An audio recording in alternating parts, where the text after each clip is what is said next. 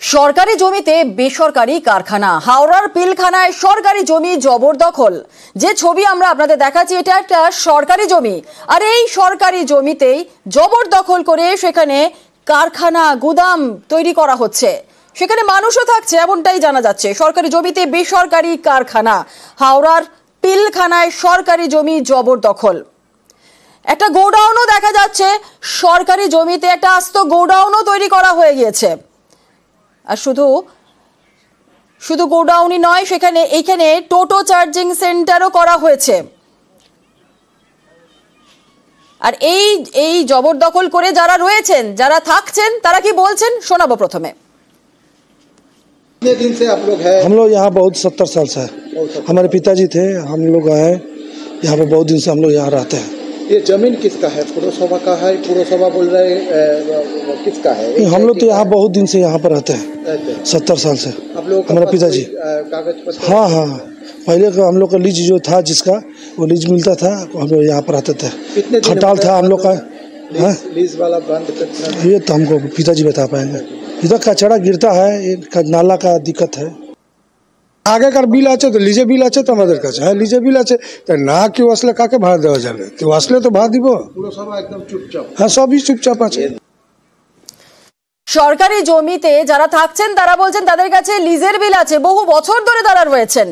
সরকারি জমিতে বেসরকারি কারখানা কিভাবে গড়ে উঠলো? প্রশাসন কি বলছিল এতদিন ধরে? সরকারি জমিতে বেসরকারি ভাবে যারা রয়েছেন, তারা কিভাবে থাকছেন, কিভাবে এখানে গোডাউন তৈরি করা হচ্ছে? আমাদের সঙ্গে রয়েছেন আমাদের প্রতিনিধি দেবাশিস। সরাসরি চলে যাব দেবাশিসের কাছে। দেবাশিস, সরকারি জমিতে বেসরকারি কারখানা, গোডাউন, সেখানে থাকছেন মানুষজন, কিভাবে এটা সম্ভব? প্রশাসন কি বলছে?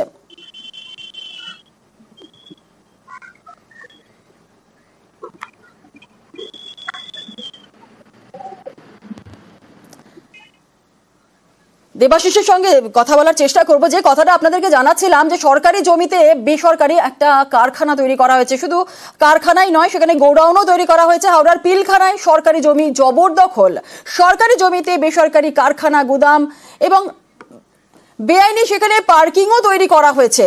যারা রয়েছেন তারা বলছেন যে লিজ তাদের বহুদিন ধরে দেওয়া রয়েছে, আর সেই জায়গাতেই তারা থাকছেন। তারা সেখানে গোডাউন তৈরি করেছেন, সেখানে টোটো চার্জিং সেন্টার তৈরি করা হয়েছে। কিন্তু প্রশ্ন একটাই, যে সরকারি জমিতে কিভাবে এরা থাকছেন?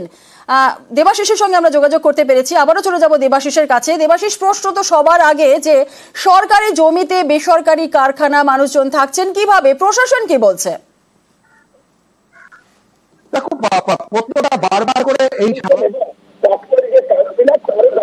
তিনি যেটা জানাচ্ছেন, এবং এখানে একটি স্কুল রয়েছে, সেই স্কুলের দিদিমণিরা পর্যন্ত সরকারি বিভিন্ন দপ্তরে তারা কিন্তু আবেদন করেছিলেন।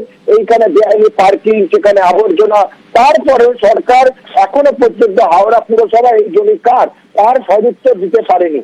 পুরসভার তরফে কিন্তু হাওড়া পুরসভার যে 16 নম্বর ওয়ার্ডের প্রাক্তন কাউন্সিলর মোহাম্মদ রুস্তম, তিনি কিন্তু একটি লিখিত আকারে জানিয়েছিলেন এই জমি কার, সেই জমির আসল কোন দপ্তরের, সেটিকে জানানোর খুব প্রয়োজন আছে।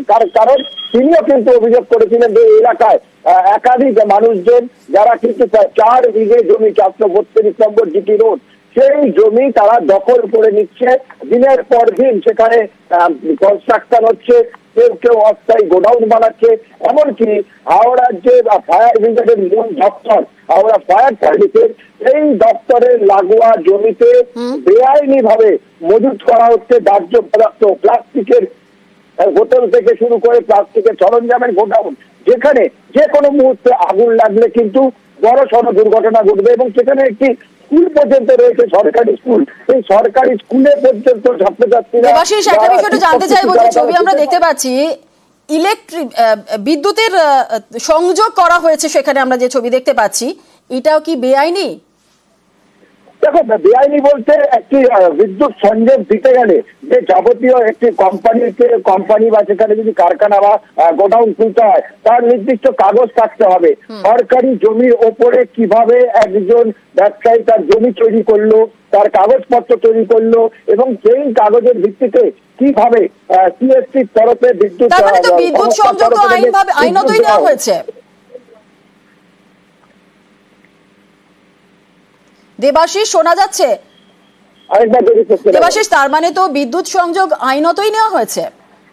তবে আইন মতো নেওয়া হচ্ছে, অর্থাৎ যে কাগজপত্র জমা দেওয়া হয়েছিল বহু বছর আগে, সেখানে এইচআইটির জমি বা হাওড়া পুরসভার জমি একজন ব্যক্তি সেখানে নিজে চালাচ্ছিল সেই কাগজ, কিন্তু এখন তখন কি তাহলে সেটা ধরা পড়লো না যে জমিটা সরকারি জমি? দেখো, সরকারি জমি, তার কারণ হচ্ছে এই জমি কিন্তু দীর্ঘদিন ধরে হাওড়া পুরসভার আন্ডারে ছিল।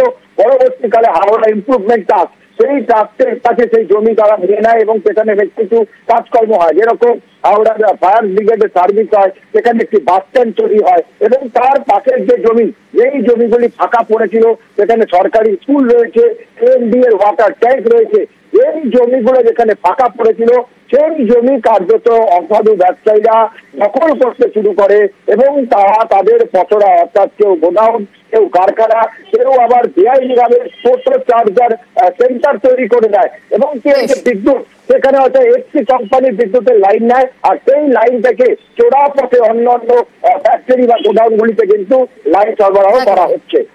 ধন্যবাদ দেবাশিস। আমি যখন দিয়ে কাউন্সিলর ওইখানে হয়ে গেছি তখন দিয়ে আমি দেখতে এসেছি, আজ পর্যন্ত আমি সবাইকে জানালাম, কিন্তু প্লাস্টিকটা কারবার ওইখানে আজ পর্যন্ত হচ্ছে। আর আশেপাশে বড় বড় ফ্ল্যাক্সে কারখানা হয়ে গেল, টোটো ওইখানে রাখার পার্কিং হয়ে গেল।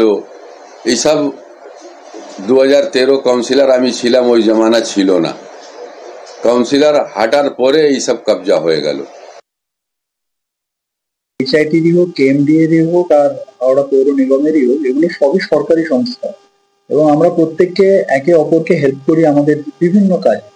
স্কুলের সামনে ওরকম ভ্যাট থাকে, তাহলে আমরা এমনিতেই ভ্যাট কমানোর আমরা চেষ্টা করে যাচ্ছি। সংখ্যা আমি বলেছি আগে যে 284 থেকে কমিয়ে আমরা 218-তে নেমে চলে এসেছি। আরো আমরা কমাবো ভ্যাটের সংখ্যা, এটা আমি নিশ্চয়ই দেখে নেব। ইনলিগাল যা এনফোর্সমেন্ট হচ্ছে, যদি সেরকম হয়ে থাকে আমরা দ্রুতভাবে পুলিশের সাথে গিয়ে আমরা দেখি।